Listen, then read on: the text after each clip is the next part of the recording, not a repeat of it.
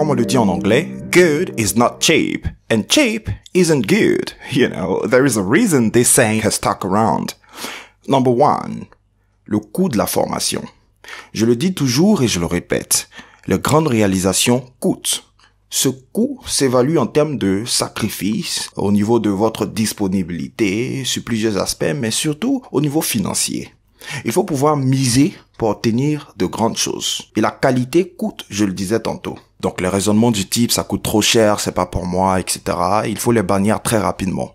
Lorsque vous rencontrez une difficulté, un obstacle, plutôt que de le fuir, il faut trouver un moyen de le surmonter. Et vous y arriverez toujours. Where there is will, there is a way. Vouloir, c'est pouvoir. Vous pouvez prendre du temps pour vous mettre dans les conditions afin de vous lancer dans cette aventure. Et c'est d'ailleurs ce type de sacrifices qui vous fourniront la motivation nécessaire pour aller jusqu'au bout. Généralement, lorsque vous obtenez une chose gratuitement, facilement, vous ne la valorisez pas.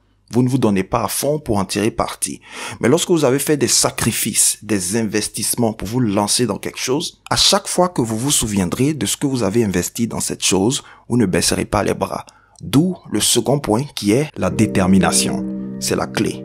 La détermination va générer tout un ensemble de choses qui viendront même corriger des aspects de personnalité. Par exemple, dans le processus d'apprentissage, il est fondamental de faire profil bas. Si vous avez un problème de personnalité à ce niveau, le fait d'être déterminé peut corriger ces choses. Vous savez, il y a souvent des personnes foncièrement complexées qui sont généralement des personnes qui ne sont pas arrivées loin parce que les cadres de haut niveau que nous formons n'ont pas souvent ce problème.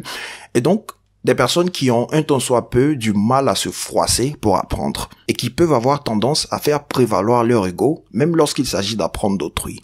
Je tiens à souligner que lorsqu'une personne qui a étudié la linguistique appliquée, qui est le domaine qui s'intéresse aux phénomènes liés à l'apprentissage des langues, dont la personnalité qui est un facteur fondamental, vous parle de l'attitude à adopter pour apprendre efficacement les langues, elle parle en connaissance de cause. Et donc, il peut aussi avoir ce type de personnage dont la personnalité constitue un frein à l'apprentissage. Mais ce qui est intéressant avec la détermination est qu'elle peut corriger même ces aspects de personnalité. Cela dit, le plus important est de savoir qu'est-ce qui vous détermine dans cette aventure. Think about it. Je suis coach Mike ESL, formateur certifié spécialisé en techniques d'expression orale, en anglais général et business English. Bye for now.